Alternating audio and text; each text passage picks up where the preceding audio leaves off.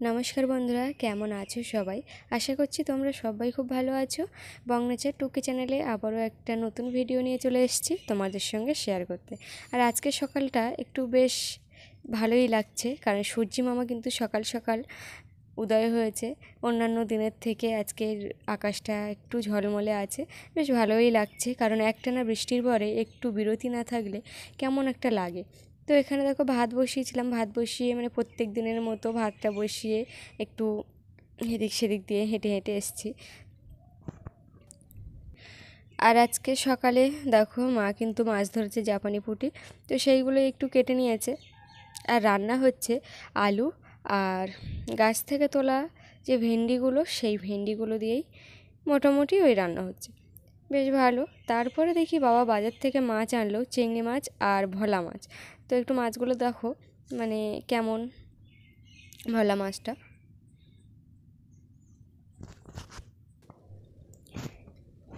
আর মাত্র 3টে বেগুন, এই দেখো চিংড়ি মাছ এই। আর যেই চিংড়ি মাছটা এসছে তো একদম মেনু চেঞ্জ। আর দেরি মানে কি, যে পরে দিয়েছি মানে চিংড়ি মাছটা পরে কেটে দিয়েছে বলে আমি একেবারে কিন্তু ওই পেঁয়াজ রসুন কষায় মানে তেলে দিয়েছি, ওই কড়াইতে একেবারে আমি চিংড়িটা দিয়েই দিয়েছি। আর এখানে একটা মশলা করে নিয়েছি জিরে আর সর্ষে দিয়ে। আর কালকের যে ইলিশ মাছ খেয়েছি তার বাদবাকি অংশ ছিল এই যে লেজ আর কয়েকটা ছোট ছোট দাকা, তো সেটা রান্না হবে একটু বেগুন দিয়ে। আজকে বেগুন ইলিশ হবে, তা একটু অন্যরকম। প্রত্যেক দিন তো মানে প্রায় সময় সর্ষে ইলিশই খাই, তো বেগুন ইলিশের জন্য আমি কিন্তু শুকনো লঙ্কা, কাঁচা লঙ্কা আর একটু জিরে বেটে নিয়েছি। আর এখন বেগুনটা ভাজার জন্য কড়াইতে একটু তেলই দিয়ে দিচ্ছি, একটু বেশি পরিমাণ তেল দেবো।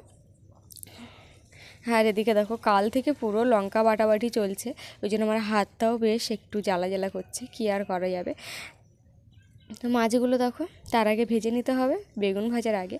তো কয়েকটা মাছ যে কটা আছে সেই কটাই দিয়ে দিচ্ছি ভাজা।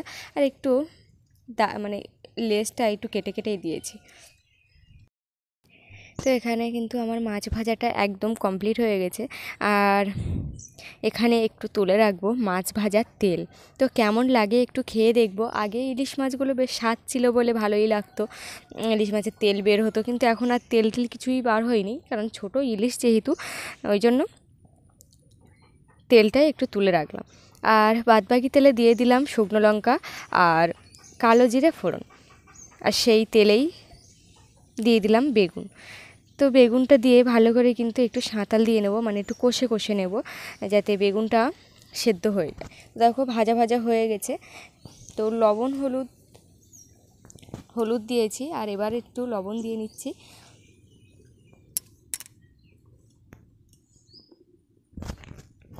আর যে বেটে রাখা মশলা ছিল সেই মশলাটা একটু দিয়েই দিলাম, দিয়ে একটু ভালো করে নাড়াচাড়া করে দেখো বেশ সুন্দর একটা কালার চলে এসছে। আর এইভাবে আমি কখনো মানে আগে খেয়ে দেখিনি। সর্ষে এর সাথে আমি সর্ষে বাটা দিয়েছি, কিন্তু আজকে বিনা সর্ষে দিয়েই কিন্তু রান্নাটা হবে।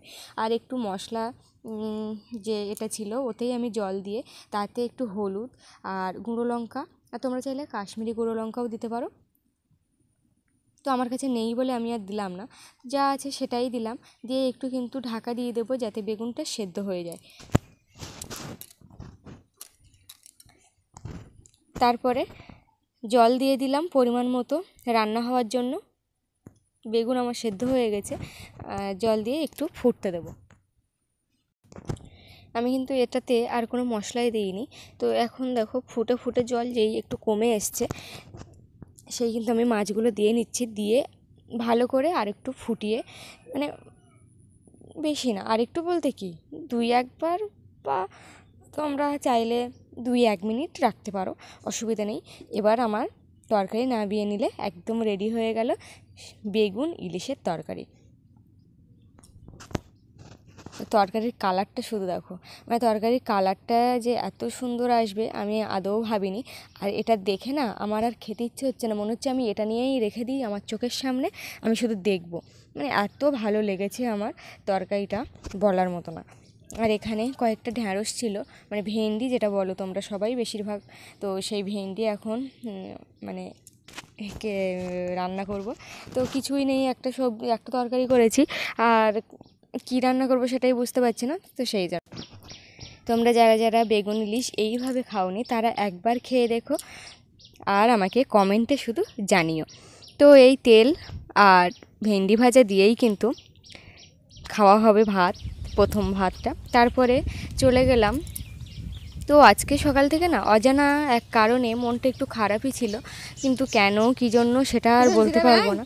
তো তারপরে দেখো চলে গেলাম বাবাদের বাড়ি। আর এদিকে দেখো বক কিন্তু ব্যাগ ধরে নিয়ে যাচ্ছে। তুই বাড়ি কেন? খাট তো খাটের সাথে সাথে তুই চলে আসছিস? এ কি অবস্থা? কার খাট তালি? খাটের আগে কি সর্বনাশ! ও খাটে আর উঠতে দিবি?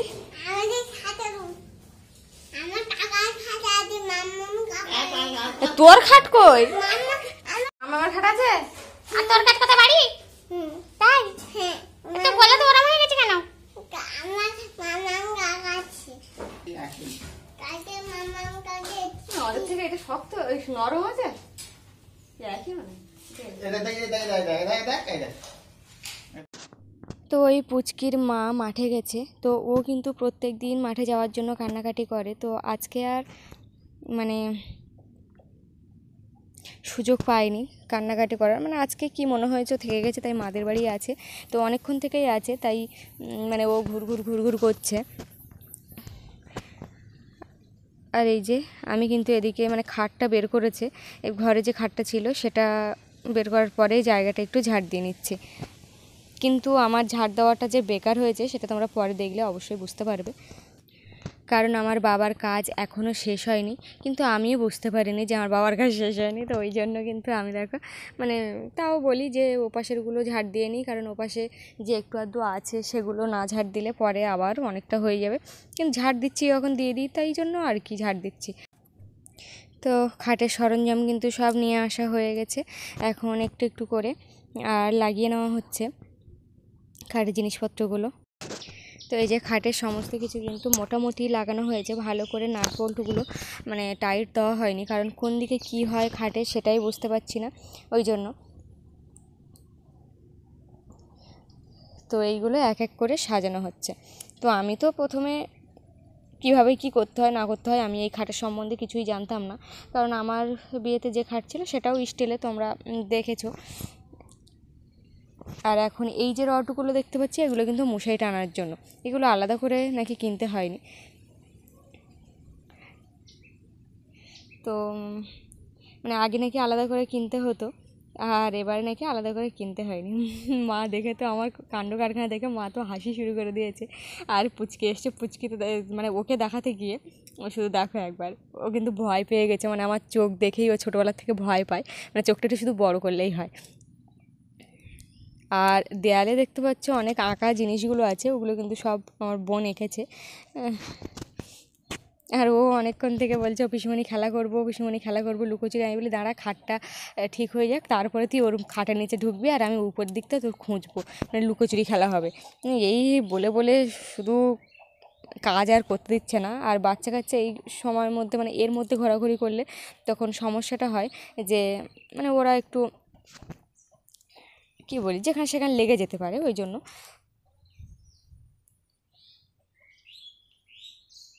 ওটা উল্টে গেছিলো, তাই আমি বললাম এইভাবে দিতে, কারণ এপাশে দিলে একটু মশারির জায়গাটা একটু ছোটো হয়ে যাচ্ছে, ওই জন্য।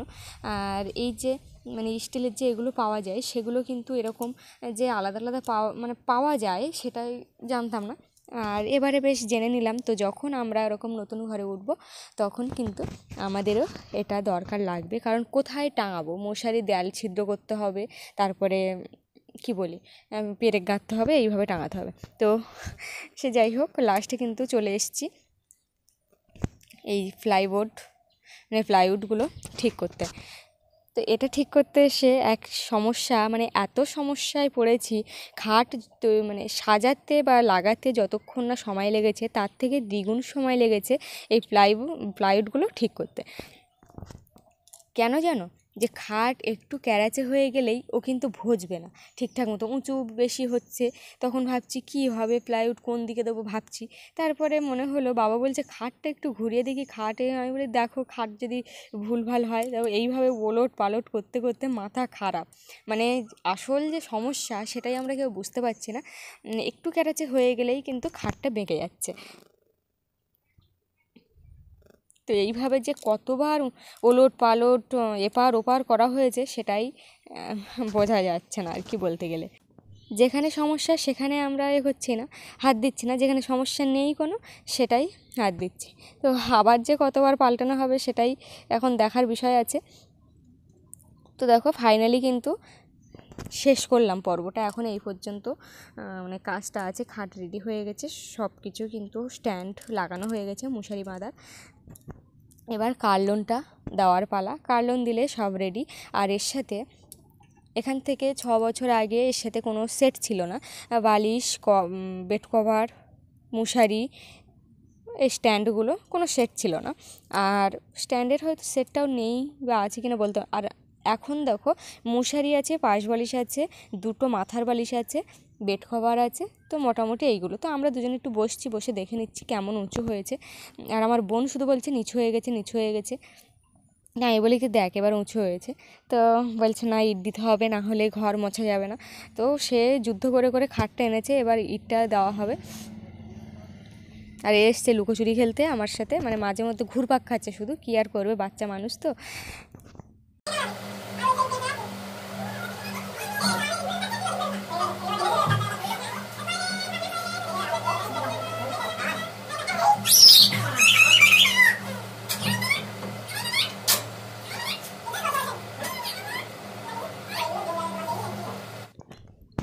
তো বন্ধুরা এই যে সমস্ত কিছু রেডি হয়ে গেছে, এখন আমি চলে যাব বাড়িতে।